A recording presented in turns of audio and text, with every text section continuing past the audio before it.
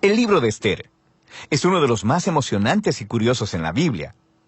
La historia se desarrolla más de 100 años después del exilio babilonio de los israelitas, y aunque algunos judíos sí regresaron a Jerusalén, recuerda a Esdras y a Nehemías, muchos no lo hicieron.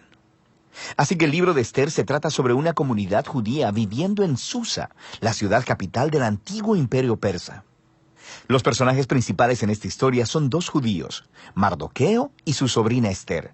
Y luego tenemos al rey de Persia, quien es el borracho pusilánime de la historia. Y luego tenemos al oficial persa, Amán, el astuto villano. Este es un libro curioso en la Biblia, principalmente por el hecho de que Dios nunca es mencionado ni una sola vez, lo que podría parecerte un poco extraño. Quiero decir, ¿no trata la Biblia acerca de Dios? Pero esta es una técnica brillante del autor, quien por cierto es anónimo. Es una invitación para leer la historia buscando la actividad de Dios, y hay señales de ella por todos lados. La historia está llena de, entre comillas, coincidencias muy extrañas y giros irónicos, y todo esto te obliga a ver el propósito de Dios trabajando, pero detrás de escena. Profundicemos la historia.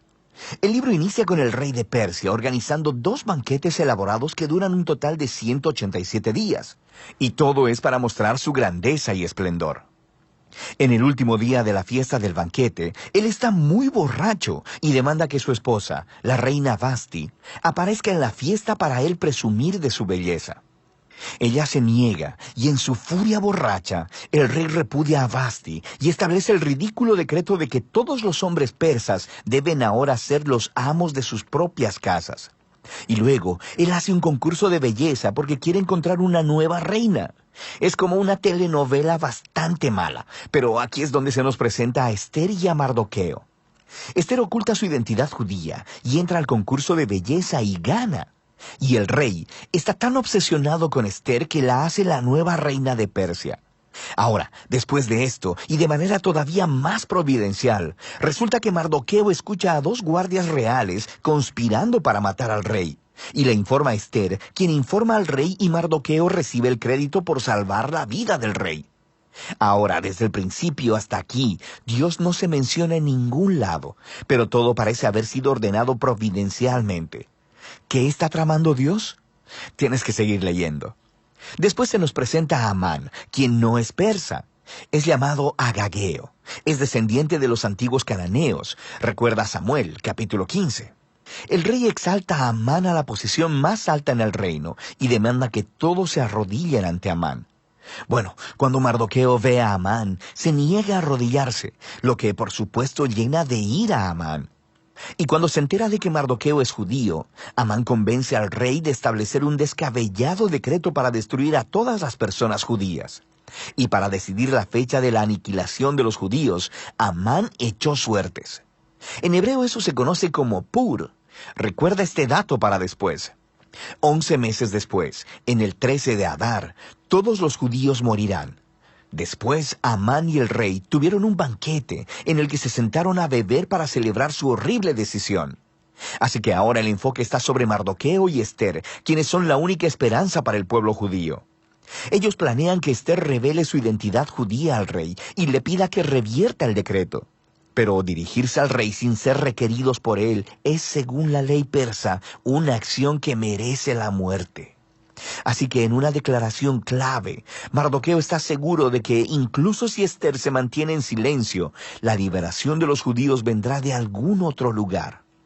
Y luego Mardoqueo se pregunta en voz alta y dice, ¿quién sabe? Quizá fuiste hecha reina para este mismísimo momento. Esther responde con valentía y se dispone a ir delante del rey con sus asombrosas palabras. Si perezco, que perezca. Sabiendo lo que sigue, vemos el irónico giro de todos los planes malvados de Amán. Esther recibe al rey y a Amán en un primer banquete y les dice que quiere hacer una petición especial a ambos en un banquete exclusivo al día siguiente. Amán sale del banquete completamente borracho y ve a Mardoqueo en la calle.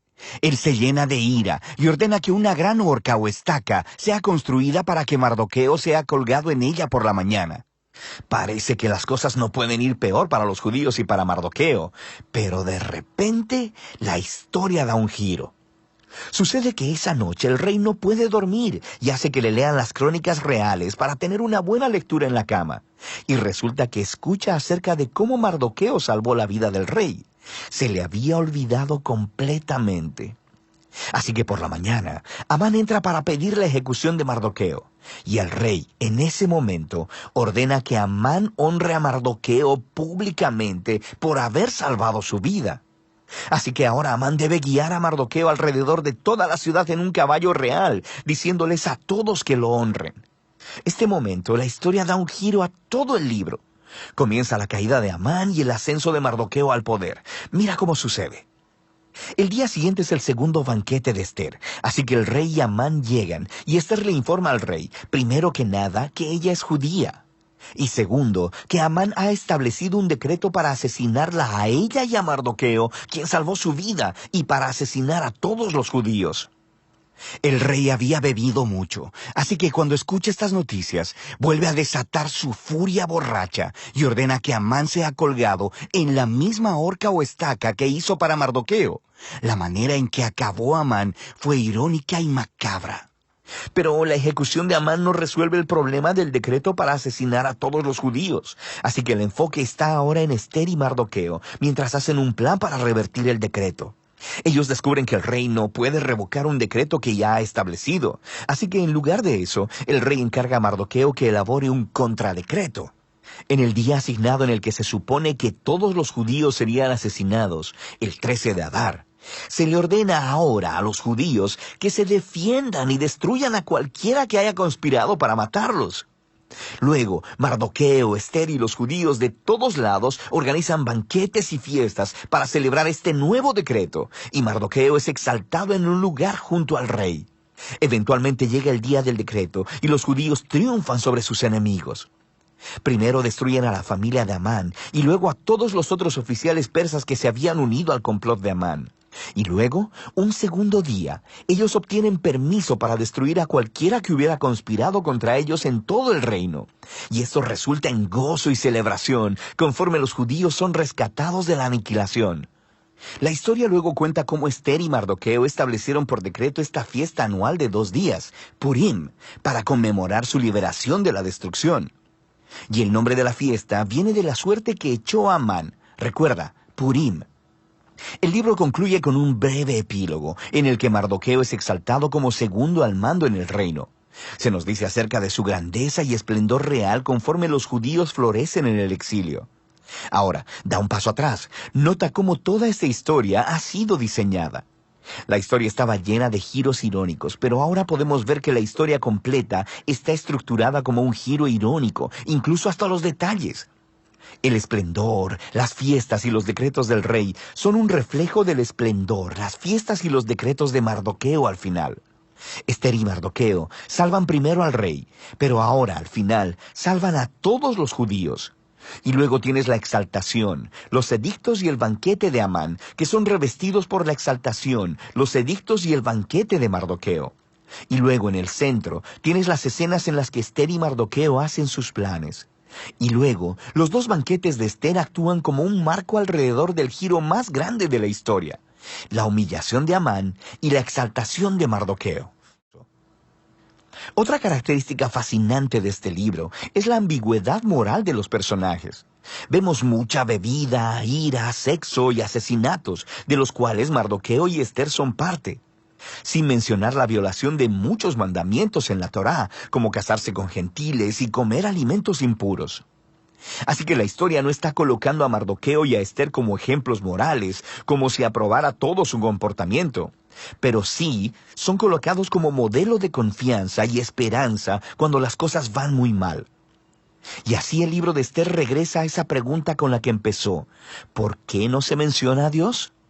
El mensaje de este libro parece ser que cuando parece que Dios está ausente, cuando su pueblo está en el exilio, cuando son infieles a la Torá, ¿significa esto que Dios ha terminado con Israel? ¿Ha Dios abandonado sus promesas? Y el libro de Ester dice que no. Nos invita a ver que Dios puede trabajar y que trabaja en el desorden y en la ambigüedad moral de la historia humana. Y Él utiliza para cumplir sus propósitos la fidelidad de personas que han transigido moralmente. Así que el libro de Esther nos pide que estemos dispuestos a confiar en la providencia de Dios, incluso cuando no la veamos trabajando, y a esperar en que no importa lo mal que se pongan las cosas, Dios está comprometido con la redención de su mundo. Y de eso trata el libro de Esther.